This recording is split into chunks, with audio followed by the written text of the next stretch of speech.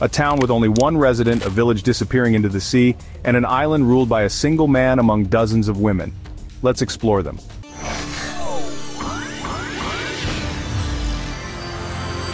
Deep in the Indian state of Kerala, there's a small village that has left scientists scratching their heads for decades.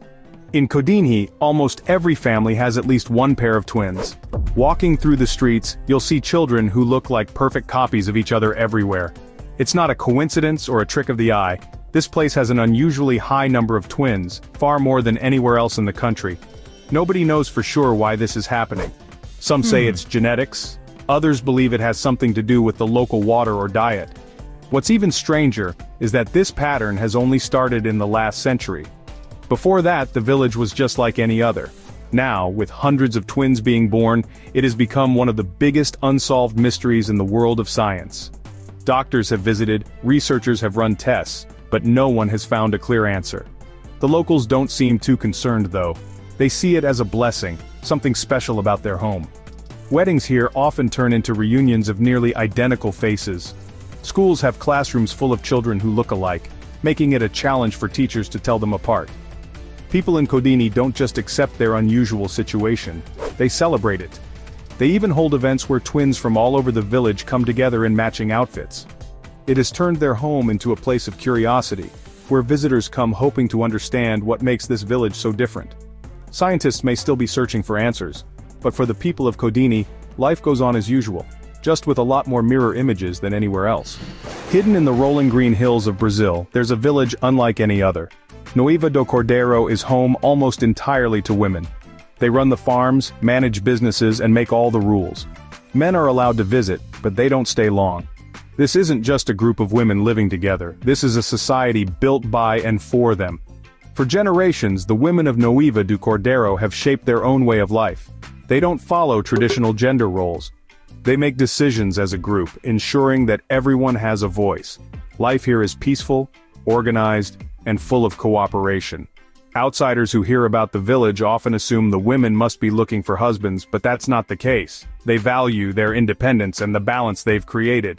The few men who do live here are either young boys or husbands who work elsewhere, only returning on weekends. The women say this setup works better for them. They don't have to deal with the social restrictions that often exist in other places. Instead, they focus on building a strong and supportive community. Their way of life has sparked curiosity, even disbelief, but for the women of Monowi do Cordeiro this is simply home. They grow their own food, celebrate their traditions, and continue to show the world that a society led by women can thrive in its own unique way. Scientists were stunned when satellite images revealed an uncharted island deep in the Pacific. A research team set out and made a discovery that seemed almost mythical, a society where only one man lived among dozens of women. Towering over them, he appeared to be their leader, protector, and perhaps something more. The islanders spoke no known language, their customs a mystery. How had such a society formed? No one knew, but one thing was certain. This was a world unlike any other. In the middle of Nebraska's endless plains, there's a town where the population sign doesn't need updating. It has read one for years. Monowi is the only officially incorporated town in the United States with just one resident. That resident is Elsie Eiler, an elderly woman who refuses to let her home disappear from the map. Elsie is the mayor, the bartender, the librarian, and the treasurer. Every year she submits the town's budget, pays taxes to herself, and renews her own liquor license to keep Monowi's only business running, a small tavern that she operates alone. Travelers and truckers who pass through stop by for a cold drink, a warm meal, and a chance to meet the woman who keeps an entire town alive by herself. Years ago, Monowi was a small but functioning town with families, schools, and stores. As jobs disappeared, people moved away, and eventually, it was just Elsie and her husband Rudy. When he passed away, she became the last person left. But instead of leaving, she stayed. She keeps Monowi going in his memory, tending to the library filled with Rudy's books and keeping the lights on in the town they built together. Most people can't imagine living alone in a town, but for Elsie, it's home. She enjoys the peace and the steady stream of visitors who come just to meet her. She laughs when asked if she ever gets lonely. After all, in Monowi, she's never really alone. There's always someone passing through, eager to hear her story and witness the smallest town in America still standing thanks to one remarkable woman. Nestled along Italy's southern coast, hidden between olive groves and the blue waters of the Mediterranean, lies a village where time seems to slow down. Acciaroli isn't just another picturesque Italian town, it's a place where people routinely live past 100, not just a few lucky ones but many. In a village of just a few thousand residents, an astonishing number of them are centenarians. Scientists have spent years trying to figure out their secret. Is it the diet? The locals eat fresh fish, homegrown vegetables, and plenty of rosemary, a herb known for its health benefits. Maybe it's their way of life. They don't stress over the future, they walk everywhere, they breathe in the clean sea air. Unlike in big cities, there's no rush, no traffic, no endless list of things to do. Life here follows the rhythm of the waves. Doctors have studied their blood, searching for some hidden genetic advantage, but the answer might be simpler than that. They just live differently. Many of the oldest residents have never set foot in a hospital. They don't count calories, they don't follow health trends, and yet, they reach 100 with ease. Some still work in their gardens, others take long walks through the hills. When asked about their longevity, most shrug. They drink wine, they laugh with friends, and they don't worry about things they can't control. In Acciaroli, old age isn't something to fear, it's just another stage of life, one that can last a very long time. But not every place is this peaceful. Just across the ocean there's a town where life couldn't be more different. A place where no one is in a hurry, because no one is allowed to leave. Deep in the heart of Bolivia, hidden behind thick stone walls, there is a place that looks like a town, but isn't. San Pedro Prison is unlike any prison in the world. There are no uniformed guards patrolling the hallways, no rows of cold metal cells. Instead, inside these walls you'll find homes, markets, even restaurants. Families live here, children run through the streets. But every single resident has one thing in common: they're prisoners. San Pedro doesn't function like a normal prison. Here, inmates don't just serve their sentences, they create a society of their own. They buy and sell goods, some run small businesses, others cook meals for their neighbors. Instead of being assigned a cell, prisoners have to buy or rent their own living space. The wealthiest have apartments with TVs and kitchens, while the poorest sleep in overcrowded rooms. Money determines everything. Those who can afford it live well, those who can't struggle just like they would outside. And then there are the families. Unlike in most prisons, inmates here can live with their wives and children. Kids grow up inside, play in the courtyards, and even leave for school each morning before returning at night. To them, San Pedro is home. Some of them have never known anything else, but life inside isn't easy. There are no official guards inside the prison walls. Order is maintained by the prisoners themselves, and those who break the unwritten rules face harsh consequences. It's a world of its own, a functioning society behind locked gates. Yet while San Pedro forces its residents to stay, there's another place far away where people live surrounded by water, drifting on handmade islands. Their homes don't have walls, and their village floats freely on a lake that has been their home for centuries. High in the Andes, where the air is thin and the mountains meet the sky, there is a lake so vast it seems endless. Lake Titicaca, the highest navigable lake in the world, holds a secret: entire villages that float on the water. The Euros people have lived here for centuries, not on land but on islands they build with their own hands. These islands are made of totora reeds, a plant that grows in the shallow waters of the lake. Layer by layer the reeds are stacked and tied together, creating a floating platform strong enough to hold houses, schools, and even watchtowers. Every few weeks fresh reeds are added on top, replacing the ones that rot beneath. It's constant work, but for the Euros it's life as usual. The people here rarely set foot on solid ground. They fish in the lake, cook in clay ovens placed on stone bases to avoid fires, and paddle small reed boats from island to island. Everything moves with the water. Even the islands themselves can be relocated if needed. In the past, this helped the Euros escape threats from rival tribes. Today it keeps their traditions alive in a changing world. Some islands welcome visitors, selling handcrafted goods and sharing their way of life. Others remain closed, preserving traditions passed down for generations. The Euros are not just surviving on the water, they have mastered it. Their villages may seem fragile, but they have endured for centuries, floating through time on the surface of the lake. But while the Euros built their home on water, far across the world, another isolated community chose a different path. One of stone, faith, and an unwavering rule that has stood for 1,000 years. On the northern coast of Greece, rising above the Aegean Sea, stands Mount Athos. It is not just a mountain but a world of its own, a place where time moves at a different pace.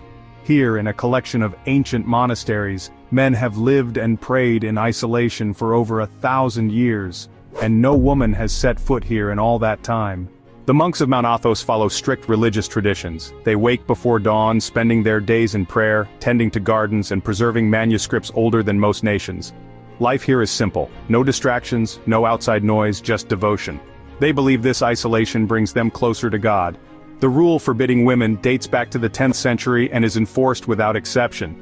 Even female animals are banned, except for cats, which help control the rodent population. Some have challenged the rule over the years, but the monks remain firm. To them, Mount Athos is a spiritual refuge, untouched by the outside world. Few outsiders ever step beyond its borders. Special permission is required and only men can receive it. Those who visit find themselves in a place frozen in time.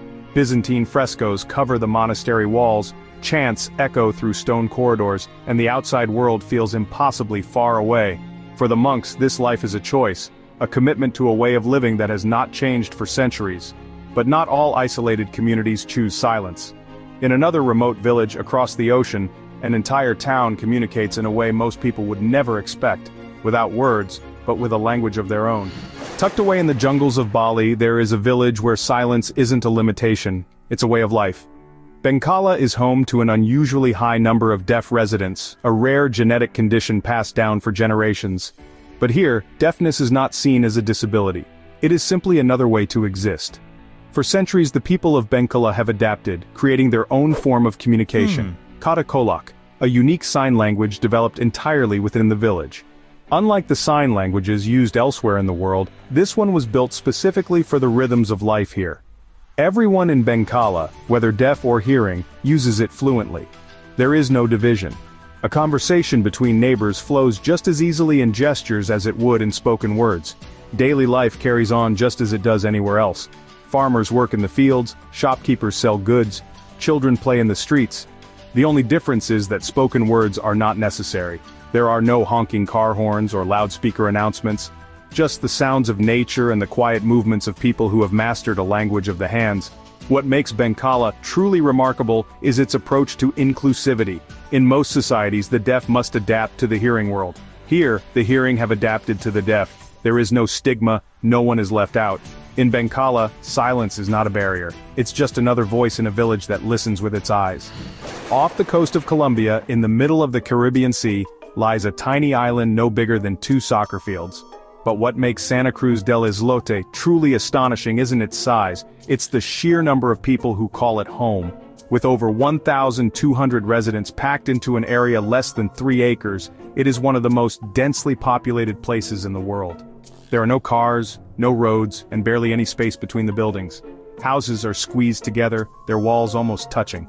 Every inch of the island is used. Rooftops serve as extra living spaces, and tiny alleyways double as gathering spots. Despite this, the people of Santa Cruz del Islote have built a life filled with warmth and community. Everyone knows each other. Doors are always open, and meals are often shared. Life here is simple, but tough. There's no running water, and electricity is only available for a few hours a day. Supplies must be brought in from the mainland, and when the island gets too crowded, some families move to boats anchored nearby. Still, the people stay because Santa Cruz isn't just an island, it's home, passed down through generations. From the sky, Santa Cruz looks impossibly small, almost swallowed by the sea.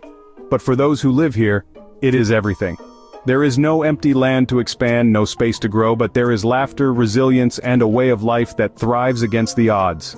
Yet while the residents of Santa Cruz welcome visitors with open arms, there is another island far away where outsiders are met with silence, and sometimes, hostility. Deep in the Indian Ocean, hidden behind walls of dense jungle and surrounded by dangerous reefs, lies an island frozen in time. North Sentinel Island is home to the Sentinelese, one of the last uncontacted tribes on Earth. For thousands of years they have remained isolated, resisting every attempt at outside contact, and they will do whatever it takes to keep it that way. No one knows exactly how many Sentinelese live on the island. No one knows their language, their traditions, or their way of life. What is known is that they want nothing to do with the outside world. When helicopters fly overhead, they shoot arrows. When boats drift too close, they charge the shores with weapons raised. Even when natural disasters have struck, such as the 2004 tsunami, they have remained, untouched, unchanged. The Indian government has declared the island off-limits. No one is allowed to set foot there. In the past, a few explorers and fishermen have ignored the warnings, only to disappear. Those who did survive described a place untouched by modern civilization, where the people live as they did thousands of years ago. The Sentinelese don't just avoid the world, they actively push it away. In an age where technology connects almost every corner of the planet, this small island remains an impenetrable mystery. No photos, no recordings, no stories told by outsiders, just the thick jungle, the silent figures watching from the trees, and the knowledge that some places are not meant to be disturbed. But while North Sentinel Island remains untouched, there is another place where people live at the mercy of nature. A land that is disappearing year by year, sinking beneath the water, forcing its residents to watch as their home slowly vanishes. In the Bay of Bengal, where the river meets the sea, there is an island that is fighting a battle it cannot win. Goramara, a small village in India's Sundarbans region, is vanishing bit by bit, swallowed by the rising tides. Every year the island shrinks. Every year more homes are lost, and one day, it may disappear completely. For decades, the people of Goramara have watched their land erode. Fields that once grew rice are now underwater. Roads have turned into muddy paths leading to nowhere. Some families have already left, forced to abandon the place their ancestors called home. Others stay, holding on to what little remains, refusing to surrender to the sea. The villagers do what they can, building walls of sandbags, reinforcing the shore with bamboo barriers. But the ocean always returns, taking more with each wave. Scientists say the island could be gone within a few decades, but to those who still live here, Goramara is not just a piece of land. It is their history, their identity, their last connection to a world that is slowly washing away. Each year, the island grows smaller, and each year, the people who remain wonder if this will be their last. They are fighting against something far bigger than themselves, yet they refuse to leave without a fight, because to them, Goramara is not just disappearing, it is still their home. Deep in the arid plains of Kenya, far from the reach of traditional society, stands a village where men are not welcome. Umoja, which means unity in Swahili, is a place built by women, for women. It was founded as a sanctuary, a place where those escaping forced marriages, domestic violence, and societal restrictions could start anew. Here women don't just survive, they thrive, proving that a community can function entirely on its own terms. There are no husbands, no male authority figures. Every decision is made collectively, from farming and security to trade and education. The women raise livestock, sell handmade crafts, and welcome visitors interested in learning about their way of life. Children grow up in a society where they see women in every leadership role. For them, this is normal. Occasionally, men from nearby villages try to challenge Umoja, upset by its existence. Some have attempted to reclaim their wives, others have tried to intimidate the women into leaving. But Umoja stands firm. The women protect each other, reminding the world that strength doesn't always come from physical power. It comes from unity, resilience, and the refusal to be controlled. While Umoja is a place of warmth and community, another village on the opposite side of the world is defined by something much harsher: cold. A place where the air can freeze skin in seconds, where metal sticks to bare hands, and where only the toughest survive. Far from Kenya's sun-baked lands, deep in the Russian wilderness, lies a town where winter never truly ends. Oymyakon is the coldest permanently inhabited settlement on the planet. In the dead of winter, temperatures here plunge to -80 degrees Fahrenheit. Cars left outside must run all night or their engines will freeze solid. Eyelashes turn to ice. Breathing in too deeply can make lungs ache. Yet people live here. They fish in frozen rivers, raise cattle, and send their children to school even when the air is colder than the surface of Mars. Life in Oymyakon is not for the weak. There are no grocery stores stocked with fresh produce. Food must be hunted, fished, or stored for months. Most homes rely on wood-burning stoves, and electricity can be unreliable. Despite the brutal conditions, the people here are used to it. They laugh at the idea of cold weather warnings seen in other countries. To them, this is normal.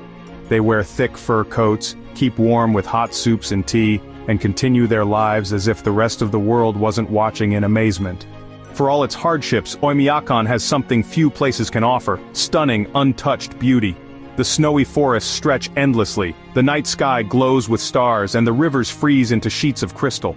But if the cold ever becomes too much, there is one place where escaping the elements means going underground, literally. In the middle of Australia's scorching outback, where the sun burns relentlessly and the ground cracks from heat, there is a town that has learned to escape the elements in an unusual way. Coober Pedy is not like other places, because most of it is underground. This small mining town is famous for its opals, some of the most valuable gemstones in the world. But with temperatures often reaching 110 degrees Fahrenheit, life above ground is unbearable. So, the residents built homes, churches, and even hotels beneath the earth, carving entire neighborhoods into the cool rock.